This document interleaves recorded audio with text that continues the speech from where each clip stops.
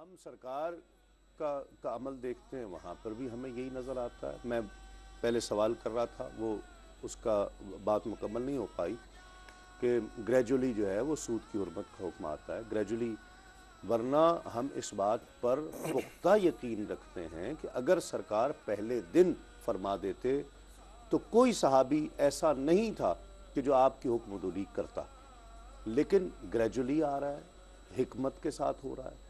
لیکن آج کا نوجوان کہتا ہے جی میں ڈرتا ہوں جاتے ہوئے، مجھے کہہ دیں گے تم شکل دیکھو اپنی، تم اپنا حلیہ دیکھو، یہ تم نے کپڑے کیا پہنے ہیں، تمہارے چہرے پہ داڑھی نہیں ہے، تمہیں بات کرنے کی تمیز نہیں ہے۔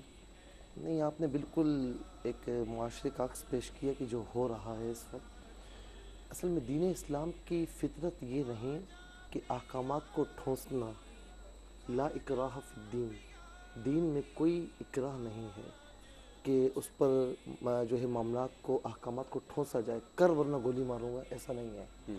بلکہ دین اسلام کا ہمیں مزاج یہ نظر آتا ہے، جس طرح آپ نے فرمایا کہ اللہ کی جانب سے حکم آ جائے، رسول اللہ کی جانب سے حکم آ جائے، تو یہ ہو نہیں سکتا کہ صحابہ اس پر عمل نہ کریں۔ یقیناً۔ لیکن کچھ ایسے بھی ہیں کہ جو نئے نئے دین میں داخل ہوئے ہیں اور شراب ان کے مزاج میں رچی بسی ہوئی ہے، سود ان کے مزاج میں رچا بسا ہوا ہے، پھر کچھ منافقین بھی ہیں، تو کسی کے جو ہے وہ مزاج پر گرا نہ گزرے، کوئی ایسا نہ کہے کہ جی مجھے اس پر عمل نہیں کرنا یا میں چھوڑ نہیں سکتا۔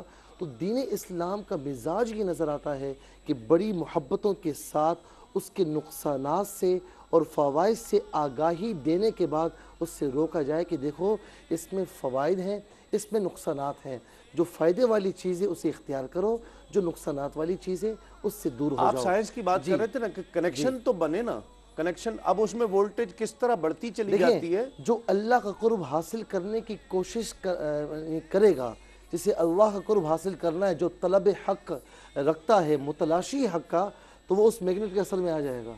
وہ جیسے ہی اس کی رینج میں آئے گا خود بخود کھینچتا چلا جائے گا۔ اچھا، یہاں پر جو خواجہ صاحب رحمۃ اللہ تعالی علیہ کی خاص بات نظر آتی ہے، جو ہم میں عمومی طور پر اتنی آسانی سے نہیں پائی جاتی، قرآن کہتا ہے کہ یا ایھا الذین آمنوا لم تقولون ما لا تفعلون، اے ایمان والو تم وہ بات کہتے کیوں ہو جو کرتے نہیں ہو۔ حضور نبی کریم علیہ السلام کی خاصیت یہ ہے کہ پہلے کر کے دکھایا۔ صادق و امین لقب بظاہر نبوت ملنے سے پہلے آپ کے پاس موجود تھا، لوگ آپ کو صادق و امین کہا کرتے تھے، تو آپ نے کر کے دکھایا، اس کے بعد حکم دیا، اور تمام اولیاء کاملین نے کر کے دکھایا، اس کے بعد حکم دیا۔ خواجہ صاحب رحمۃ اللہ تعالی علیہ بھی سنت رسول صلی اللہ علیہ وسلم کو آپ نے اپنایا، اللہ تعالیٰ اور اس کے رسول صلی اللہ علیہ وسلم کے احکامات کی تکمیل کی۔ پھر اس کے بعد جو تبلیغ کا سلسلہ تھا وہ دین اسلام کے مزاج کے مطابق تھا۔ یعنی آپ دیکھیں کہ ڈاکٹر جب تک ڈائیگنوز نہیں کر سکتا، علاج نہیں کر سکتا، میرے سر میں درد ہے، ڈاکٹر کہے گا آپ کے پیٹ میں درد ہے، وہ کبھی علاج نہیں کر سکتا۔ عام طور پر جو علماء ظاہر ہوتے ہیں، میں کسی پر چوٹ نہیں کر رہا، تنقید نہیں کر رہا، میں ایک جنرلی بات کر رہا ہوں، علماء ظاہر ہوتے ہیں جو باطن سے ناآشنا ہوتے ہیں، جب ان کے پاس کوئی روحانی مریض آتا ہے وہ ڈائیگنوز نہیں کر پاتے، جب ڈائیگنوز نہیں کر پاتے تو پھر ڈانٹنا بھی ہوتا ہے، پھر دور بھگانا بھی ہوتا ہے۔ لیکن جو روحانی معالج ہوتے ہیں، ایک خاص طبیب اس طرح ہوتے ہیں کہ آپ کی نبض پکڑیں تو آپ کے جسم کی تمام کیفیت بتا دیں گے کہ تمہیں یہ بیماری ہے، یہ بیماری ہے، آپ بھی کہیں گے جی ہاں بالکل ہے، اور آپ کہیں گے یہ بڑا ماہر آدمی، ایکسپرٹ آدمی ہے۔ تو یہ روحانی معالج ہوتے ہیں اللہ کے ولی، یہ نظروں سے علاج کرتے ہیں۔ یہ جب کسی روحانی نوجوان کہاں تلاش کرے اس کو، یہ جب روحانی مریض کو دیکھتے ہیں، وہ تو ڈائیگنوز کرتے ہیں، علاج کرتے ہیں۔ علامہ صاحب جس عالم کے پاس جا رہا ہے وہ تو نبی کا وارث سمجھ کے جا رہا ہے نا، تو وہ کیسے فرق کرے گا، کیسے تمیز کرے گا؟ اچھا، آج کا جو دور ہے نا، تو آج کے ہی لوگوں کی نظر سے اس کو دیکھنا چاہیے۔ جی ہاں، یعنی جن لوگوں نے صوفیاء سے کچھ کشید کر کے پھر ایک آئینہ دکھایا، جن میں علامہ اقبال بھی ایک شخص ہیں، جی ہاں، جدید دور کا آدمی ہے، جی ہاں، وہ کہتے ہیں کہ خرد افزود مرا درس حکیمان فرنگ اور سینہ افروخت مرا صحبت صاحب نظر۔ کہتے ہیں میرا دماغ تو مغرب والوں نے چمکایا، لیکن میرا سینہ فقیروں کی صحبت میں بیٹھ کے بھڑکا ہے۔ تو آج کا جو نوجوان ہے وہ اس فارمولے پہ عمل کرے کہ حدیث دل کسی درویش بے گلیم سے پوچھ، خدا کرے تجھے تیرے مقام سے آگاہ، کیونکہ جو روایتی سسٹم ہے وہاں پر اب یہ چیز شاید نہ ملے اس طرح سے جیسے ہم ڈھونڈ رہے ہیں۔ ایک تو علامات صوفیہ نے بیان کی ہیں، ان کو پڑھے، یہ جو ٹیکسٹ بکس ہیں تصوف کی یہ اتھارٹی ہیں۔ خواجہ محبوب الہی فرماتے ہیں جس کو مرشد کی تلاش ہو تو کشف المحجوب پڑھ لے۔ کسی صاحب علم سے یہ رہنمائی تو لے سکتا ہے وہ کہ حضرت مجھے یہ بتائیں کہ مرشد کامل کی نشانی کیا ہے، جس کی صحبت میں بیٹھ کر فیض ملتا ہے اور تاثیر ہوتی ہے اور تبدیلی آتی ہے، یہ ضرور پوچھے اس سے اور سیکھے اور پھر تلاش میں نکلے، کیونکہ یہ جتنے نام ہم لے رہے ہیں ان کو یہ سب کچھ گھر بیٹھے نہیں مل گیا تھا۔ جی ہاں، اور یہ جو ابھی آپ باتیں کر رہے تھے 52 سال کی عمر تک کسی کو نہیں پتا تھا کہ یہ عبد القادر جیلانی غوث اعظم ہے۔ واہ، ہم لوگ سمجھتے ہوتے ہیں کہ شاید بس گھر سے نکلتے یہ داتا صاحب بن گئے ہوں گے۔ اور یہ بھی قابل ذکر ہے یہاں حاسدین بھی تھے اس بہت وقت کچھ بھی، تھا، نفرتیں بھی تھیں۔ بالکل، میں بتا رہا ہوں نا، ابھی آپ نے داتا گنج بخش صاحب کی بات کی ہے نا رحمۃ اللہ علیہ، بھائی وہ داتا گنج بخش وہ ہے کہ اسے لوگ سوکھی روٹی کے ٹکڑے مارتے رہے، خربوزے کے چھلکے مارتے رہے، اور اس نے جواباً نہیں کہا کہ میں علی بن عثمان الجلابی الغزنوی الحجویری ہوں، میں الحسنی الحسینی ہوں، وہ خربوزے کے چھلکے کھاتے رہے اور آخری چھلکے پر ان کا ایک مقام جو رکا ہوا تھا وہ کھل گیا۔ واہ واہ، تو یہ وہ لوگ ہیں، ان کی سیرت، خواجہ غریب نواز بھی رحمۃ اللہ علیہ، ان کی بھی آپ سیرت کو پڑھ لیں کہ 7 سال کہتے ہیں اپنے مرشد کے ساتھ میں حاجی کے سفر میں رہا، اور تپتی ہوئی انگاروں والی انگیٹھی اس لیے سر پہ رکھتا تھا کہ پانی ٹھنڈا نہ ہو جائے، مرشد کو وضو کے لیے پانی گرم دینا ہے۔ تو ذرا یہ آپ پس منظر میں جائیں گے تو آپ کو پتہ چلے گا کہ دانا خاک میں مل کر گلو گلزار ہوتا ہے، یہ ایک 2-4 دن کا قصہ نہیں ہے، یہ ایک ریاضت اور مجاہدے کی بھٹی سے تپ کر یہ کندن باہر نکلتا ہے، ورنہ سونا کان میں پڑا ہو تو اسے سونا ہی کہتے ہیں، اور سنار کی دکان پہ ہو تو اسے سونا کہتے ہیں، لیکن نوعیت میں زمین و آسمان کا فرق ہوتا ہے۔ کسی محبوب کے گلے کا ہار بننے کے لیے اس سونے کی ڈلی کو جس پروسیس سے گزرنا پڑتا ہے، آپ کبھی جا کے دیکھیے کیسی کیسی چھلائیاں دھلائیاں اور ڈھلائیاں ہوتی ہیں، اور پھر جا کے وہ کہیں کسی کان کا بندہ بنتا ہے، کسی گلے کا ہار بنتا ہے۔ یہ ساری ہستیاں وہ ہیں، اگرچہ یہ لوگ فطری جوہر سے مالا مال تھے، استعداد باطنی ان کو خلاق ازل نے وافر عطا فرمائی تھی۔ وہ جو آپ فرما رہے تھے نا کہ یہ اختصاص کیسے آ جاتا ہے کہ مرشد کو کوئی نہیں جانتا اور مرید کی شہرت کے ڈنکے بج رہے ہیں، وہ اس فطری جوہر کا نتیجہ ہوتا ہے جو خلاق ازل نے اس کے سینے میں اسی کے لیے رکھا ہوتا ہے،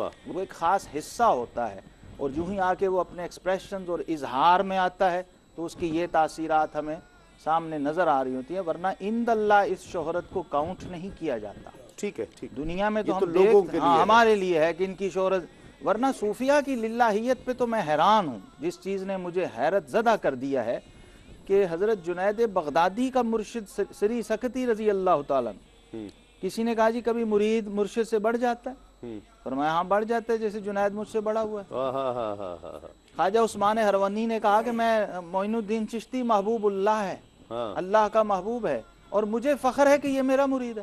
واہ واہ، وہ مرید نہیں مراد ہو جاتا ہے، مراد ہو جاتا ہے۔ خواجہ باقی باللہ رحمۃ اللہ علیہ نے باقاعدہ یہ اعلان بھی کیا کہ شیخ احمد سرہندی وہ آفتاب ولایت ہے کہ اس کی کرنوں میں باقی باللہ جیسے کئی ستارے گم ہو جائیں، اور پھر خود بھی فیض لیا، اپنے بیٹوں کو بھی کہا اور اپنے مریدوں کو بھی کہا۔ یہ صرف روایت آپ کو صوفیاء میں ملے گی، للہیت کی یہ معراج کہ جب شیخ مرید کو دیکھتا ہے کہ اب وہ کمال میں مجھ سے بڑھ گیا ہے تو وہ پہلے جو مطلوب تھا طالب بن کے بیٹھ جاتا۔ یہ حضرات صوفیہ کا وہ کمال ہے جس کی مثال کسی اور میدان میں آپ کو نہیں ملے گی۔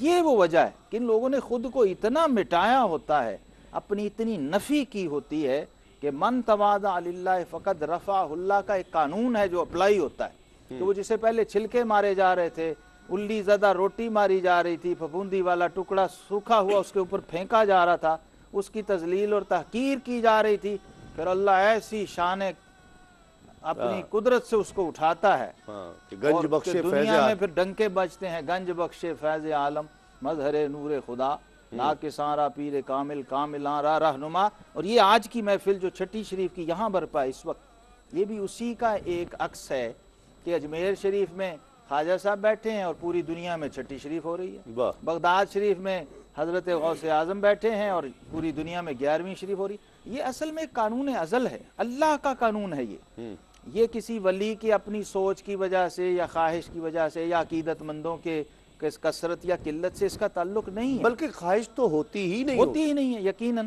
وہ تو خود کو چھپاتے رہتے ہیں، جی ہاں لیکن اللہ رب العالمین پھر ایک وقت آتا ہے وہ چاہتا ہے کہ اب اس کو میں اس کا دنیا کے اندر اس کو آشکار کروں، اس شخص کو جو میرا محبوب ہے اور میرا دوست ہے، آسمانوں میں بھی اور زمینوں میں بھی یہ فارمولہ چلتا ہے۔ اور یہ جو ذکر ہوتا ہے نا، ہم باتیں کرتے ہیں اور اس سے برکتیں ملتی ہیں، پھر فیض ملتا ہے، بلکہ صوفیہ تو کہتے ہیں اگر آپ کسی شیخ کسی ولی یا بزرگ کی صحبت نہ پا سکیں تو اس کے ذکر کی محفل سے جا کے بیٹھ جائیے، آپ کو وہی برکتیں نصیب ہوں۔ واہ واہ واہ ذکر حبیب کم نہیں وصل حبیب سے، وہی فیض و برکات آپ کی طرف بھی آنا شروع ہو جائیں۔ تو یہ بھی ایک صورت ہے اولیاء اللہ سے فیض یاب ہونے کی کہ آپ اپنے گناہوں کا کفارہ بھی کر رہے ہیں اور ذکر صالحین پہ نزول رحمت بھی ہو رہا ہے، فیض روحانی بھی نصیب ہو رہا ہے، برکتیں بھی مل رہی ہیں، صحبت معنوی کا فیض بھی نصیب ہو رہا ہے، اللہ والوں کے ساتھ تعلق خاطر بھی شو ہو رہا ہے، اور پھر اپنے محسن کا شکریہ ادا کرنا یہ بھی تو شریعت میں مطلوب ہے۔ من لم یشکر الناس لم یشکر اللہ، جس نے بندے کا شکر ادا نہیں کیا اس نے اللہ کا بھی شکر ادا نہیں کیا۔ یہ ساری صورتیں ہمیں اس ایک محفل میں میسر ہیں، تو میں سمجھتا ہوں یہ چھٹی شریف کی محفل جس کا آپ نے انعقاد کیا، پھر اس کی نوعیت ایسی ہے کہ اس میں پتہ نہیں کون کون کہاں سے شامل ہے، ہمارے ساتھ شامل و شریک دنیا ہے، بھر سے، دنیا بھر سے، وہ سبھی ان برکات کو سمیٹ رہے ہیں، اور اللہ تعالیٰ سبھی کو نصیب فرمائے کہ یہ ہمارے لیے یہ ذکر کفارہ ذنوب کا سبب بنے، اور خواجہ غریب نواز کے اللہ تعالیٰ اور درجات بلند فرمائے۔ آمین آمین۔ جی جی خواجہ صاحب علیہ رحمہ کو ہم قطب الاقطاب کہتے ہیں، لیکن آپ کے بارے میں یہ ہے کہ آپ قطبیت وحدت کے منصب پر فائز تھے اور بارگاہ حق عز و جل میں اس کا قرب حاصل کر کے اس کے رنگ میں اپنے آپ کو رنگ لیا تھا۔ تو آج کے دور کے میں نوجوانوں سے یہ کہتا ہوں کہ جس طریقے سے ہمارے یہاں راتوں رات امیر، یعنی دنیا کی دولت امیر بننے کی دھن ہے کہ راتوں رات امیر بن جائیں اور اس کے لیے الٹے راستے تلاش کرتے ہیں، اسی طریقے سے ایک طبقہ ایسا بھی ہے کہ جو راتوں رات نیک بننے کے چکر میں کہ اولیاء یعنی ولی اللہ بن جائیں، اور ہمیں جو ہے ہم ایسا وظیفہ حاصل کریں کہ راتوں رات کسی مقام پر فائز ہو جائیں، ایسا نہ کریں۔ جس طرح علامہ صاحب نے فرمایا کہ خواجہ صاحب ایسے نہیں بنے، حضور غوث اعظم رضی اللہ تعالیٰ عنہ غوث اعظم آنے واحد میں نہیں بنے، بڑی ریاضتیں کی، مجاہدات کیے۔ تو میں اس دور جدید کے نوجوان سے کہوں گا کہ اللہ والوں کو تلاش کریں، سر ان کی بارگاہ میں صحبت اختیار میں کریں۔ چاہتا ہوں اس پر بات ہو۔ اب جب آپ اپنے کسی کام کے لیے استخارہ بھی کسی سے کروائیں گے، جی میرا یہ کام ہو جائے، تو مطلب آپ کو ایسا وظیفہ بتا دیں بس، اچھا نماز پڑھنی ضروری ہے اس کے لیے، تو یعنی آپ کیسے ہوگا؟ تھوڑا سا ایک عام آدمی کا مزاج بھی تبدیل کرنا پڑے گا۔ اب تک تو میں ساتھ دے رہا ہوں اس عام آدمی کا، اور وہ دیتا رہوں گا جب تک رویے تبدیل۔ میں نے سر دیکھا ہے ایسے ایسے امام بھی کہ اگلی صف میں کوئی بغیر داڑھی والا کھڑا نہ ہو، آپ پیچھے ہو جائیں، ٹھیک ہے؟ ایک طرف یہ رویہ ہے، ایک طرف وہ لوگوں کے رویے کو بھی دیکھنا ہے جو کہتا ہے جی بس آپ ہی پڑھ دیں، وظیفہ بھی آپ ہی پڑھ دیں، دم بھی آپ کر دیں، میری مشکل حل ہو جائے، بس کسی طرح کام میرا ہے، استخارہ بھی کوئی کر دے، ٹھیک ہے نا؟ یعنی یہ میں چھوٹی چھوٹی بات کر رہا ہوں، رب کو پانا تو بہت آگے کی بات ہے۔ حضرت آپ یہ بات فرما رہے ہیں، میں نے ایک شخص سے کہا کہ جی آپ نماز پڑھیں، اس پر بات، جی جی، اس نے کہا نماز نہیں پڑھی جاتی مجھ سے، آپ بھی خود ہی پڑھیں، وظیفہ بھی خود پڑھیں، بس میرا مسئلہ حل ہو جائے۔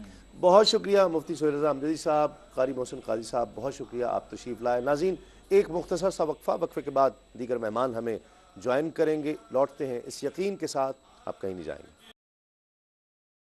ناظرین خوش آمدید، چھٹی شریف کا یہ خصوصی پروگرام آپ دیکھ رہے ہیں تسنیم صابری کے ساتھ، اور ہمیں جوائن کیا ہے ایک اور ممتاز عالم دین، بہت خوبصورت انداز گفتگو آپ کا، آپ بھی غیر روایتی گفتگو کرتے ہیں اور بہت خوبصورت گفتگو کرتے ہیں، علامہ لیاقت حسین صاحب، السلام علیکم۔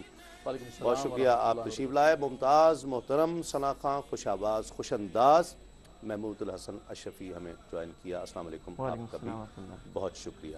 میں یہی بات کر رہا تھا علامہ صاحب، ابھی گفتگو ہو رہی تھی، تمام اولیاء کا، صوفیاء کا آپ کردار دیکھیں تو جو حکمران ہیں وقت کے ان سے کم ہی بنی ہے، غرباء کے ساتھ، فقیروں کے ساتھ، مسکینوں کے ساتھ یتیموں کے ساتھ تعلق رہا ہے، دست شفقت کیا ہے، اور اگر کوئی حکمران ہے تو وہاں کوئی غلط کام ہو رہا ہے تو آپ آواز بلند کرتے ہیں۔ خواجہ غریب نواز کے ہاں بھی یہی، بلکہ نام ہی غریب نواز پڑتا ہے۔ الحمدللہ رب العالمین والعاقبۃ للمتقین والصلاة والسلام علی سید الانبیاء والمرسلین، اعوذ باللہ من الشیطان الرجیم، بسم اللہ الرحمن الرحیم، سیجعل لهم الرحمن ودا، صدق اللہ مولانا العظیم۔ بہت شکریہ تسلیم بھائی، ہمارے ماشاءاللہ فضلاء نے بہت خوبصورت اور جامع گفتگو فرمائی، میں دیکھ رہا تھا، اور بڑی بنیادی تعلیمات اور عمل کے حوالے سے جو گفتگو کر رہے ہیں، واقعتاً یہ فضائل کا ذکر کرتے ہیں، فضائل بھی بہت ضروری ہے، ان کے فضائل سے، ان کے ذکر سے رحمتوں کا نزول ہوتا ہے اور برکتیں رحمتیں ہوتی ہیں، لیکن اس سے بڑھ کر تعلیمات اور عمل کی دنیا کے اندر یہ خوبصورت سوالات جو آج کے پروگرام کے اندر آپ ذکر فرما رہے ہیں کہ ہمیں ان بزرگان دین کی تعلیمات سے کیا اخذ کرنا چاہیے اور کیسے زندگی بسر کرنی چاہیے۔ تو عملی اعتبار سے واقعتاً حضور سیدنا غوث اعظم رضی اللہ تعالیٰ عنہ، بلکہ اس سے بھی پہلے جتنے بھی آپ اولیاء کرام کو دیکھیں، سب کا یہی طریق رہا ہے، سب کا یہی اسلوب رہا ہے کہ حکمرانوں سے فاصلے پر رہے ہیں، اور اگر حکمران ان کے پاس آئے بھی تو صرف ان کو تبلیغ فرمائی، صراط مستقیم پر ان کو چلانے کی کوشش کی، ان سے منفعت حاصل کرنا یا ان کی دہلیز پر، ان کے دروازوں پر جا کر دستک دینا، یہ کبھی بھی اللہ کے پیارے بندوں کا شیوا اور طریقہ نہیں رہا ہے۔ اور مسکینوں سے، غریبوں سے، اللہ کی سب مخلوق سے پیار کیا، الخلق عیال اللہ، کہ کوئی بھی بندے ہیں ہر ایک سے پیار کیا۔ جب خواجہ غریب نواز رحمۃ اللہ تعالیٰ علیہ ہندوستان میں تشریف لائے تو مسلمان تو نہیں تھے، دوسرے مذہب کے لوگ تھے، لیکن آپ نے سب کو سینے سے لگایا، سب کو محبتیں عطا فرمائی، ہر مسکین کو، غریب کو، قیدی کو، ہر ایک کو کھانا کھلایا۔ وَيُطْعِمُونَ الطَّعَامَ عَلَىٰ حُبِّهِ مِسْكِينًا وَيَتِيمًا وَأَسِيرًا إِنَّمَا نُطْعِمُكُمْ لِوَجْهِ اللَّهِ لَا نُرِيدُ مِنْكُمْ جَزَاءً وَلَا شُكُورًا، کوئی شکر گزاری کے لیے نہیں، کوئی جزا لینے کے لیے نہیں، اللہ کے رضا کے لیے، کہ الخلق عیال اللہ، یہی بنیاد ہے، یہی اساس ہے۔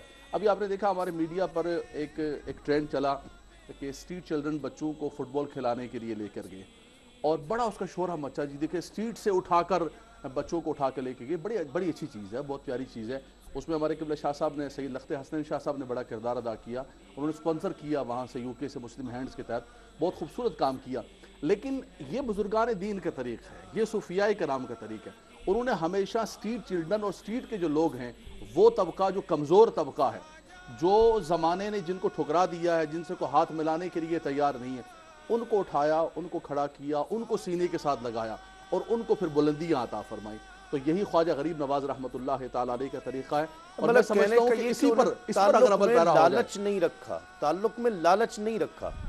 آج معاملہ دوسرا ہو گیا ہے، میں دونوں طرف کی بات کر رہا ہوں، مطلب عوام کی بھی ہم بات کریں گے، کرتے رہے ہیں، کریں گے کہ عام آدمی کیا چاہتا ہے، کسی بزرگ کے پاس جا رہا ہے تو اس کے مقاصد کیا ہوتے ہیں، کیا ہونے چاہیے۔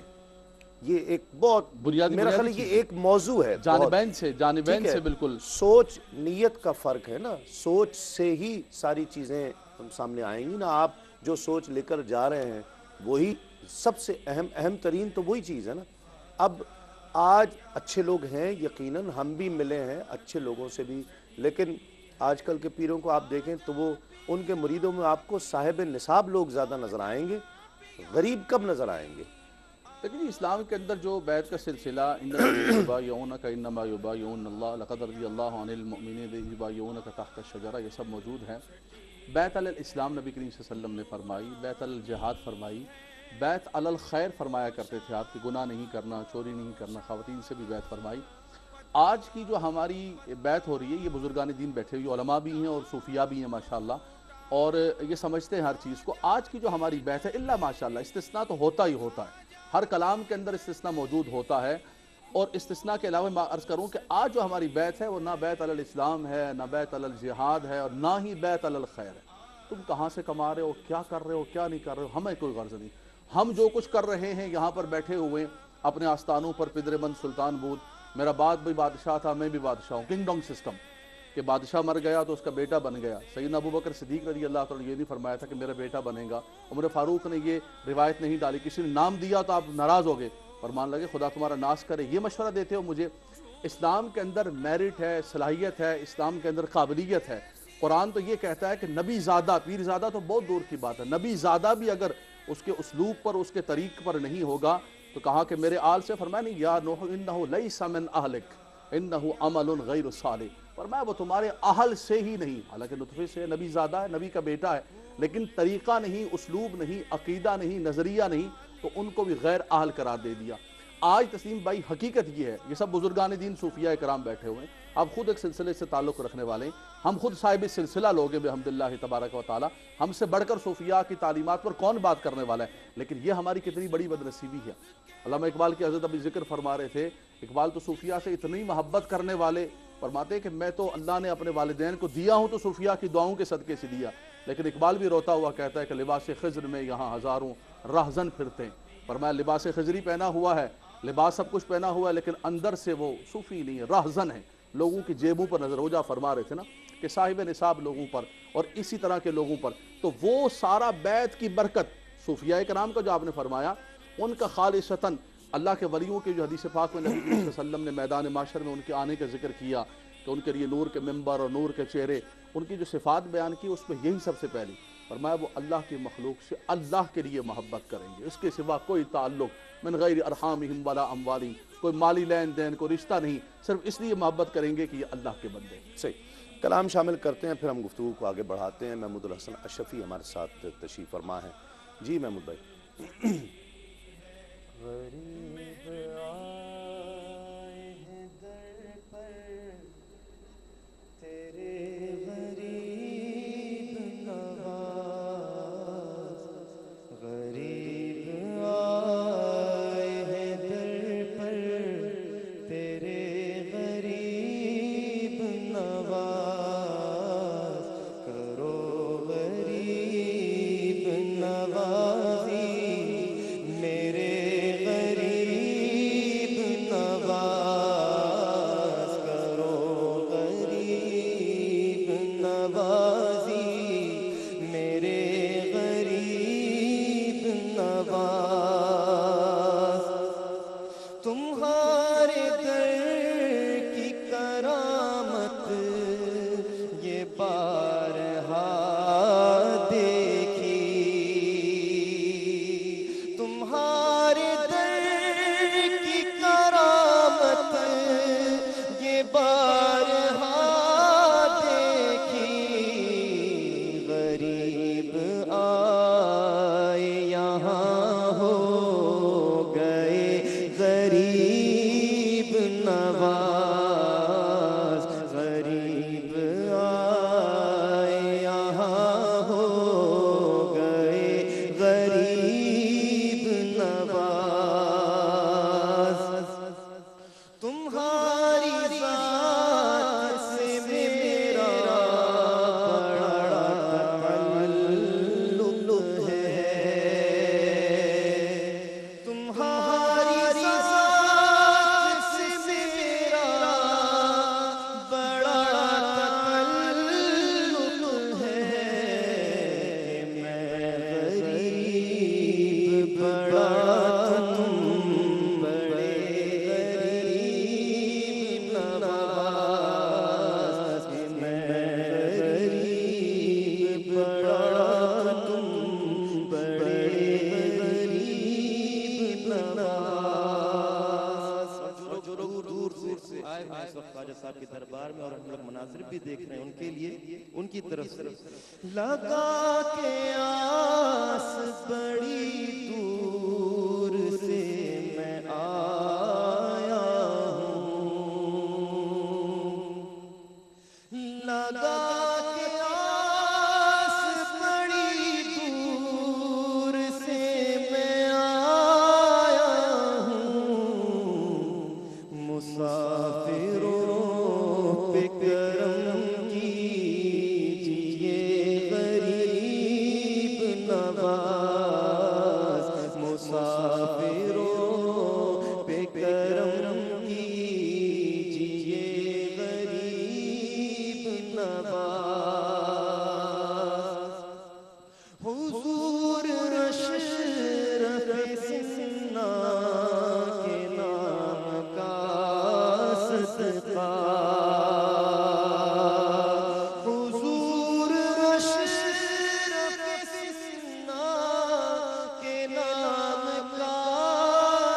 صدقہ ہماری جھولی کو بھر دیجئے غریب نواز، ہماری جھولی کو بھر دیجئے غریب نواز، زمانے بھر سے مجھے کر دیا غنی سید،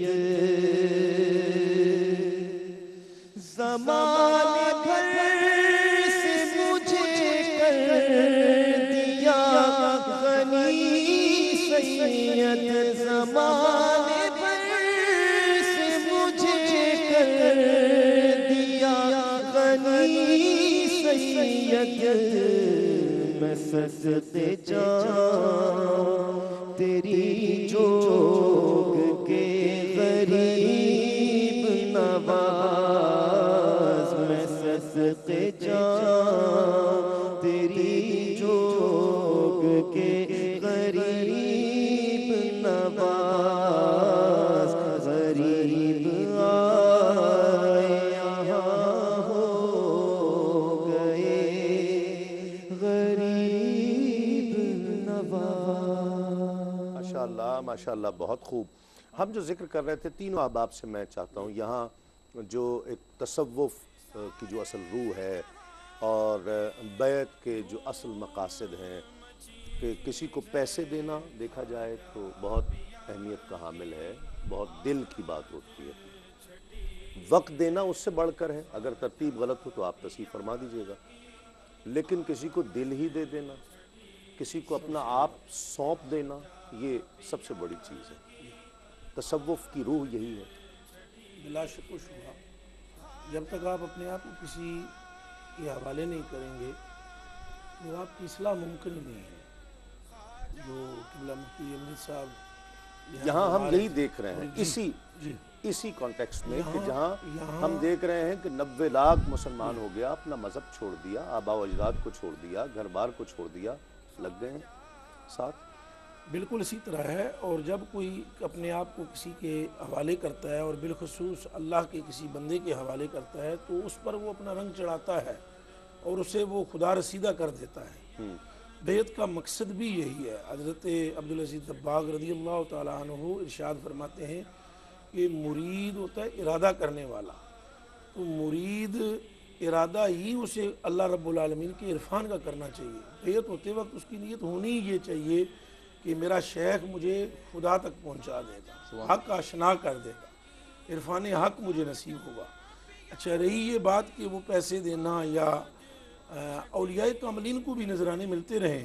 سیدی شیخ عبدالقادر جیلانی محبوب سبحانی کے آپ کے احوال میں، آپ کے واقعات میں یہ بات موجود ہے، خود خواجہ خواجگاں کی بارگاہ میں نذرانے پیش یقیناً اس سے انکار نہیں ہے، اس سے انکار نہیں ہے، لیکن بالکل نہ تو کسی فقیر کا متمہ نظر یہ ہوتا ہے کہ مجھے نذرانے ملیں، اور نہ ہی کوئی بندہ مرید اس نیت پر ہونا چاہیے کہ مجھے ان سے دنیاوی فوائد میسر ہوں۔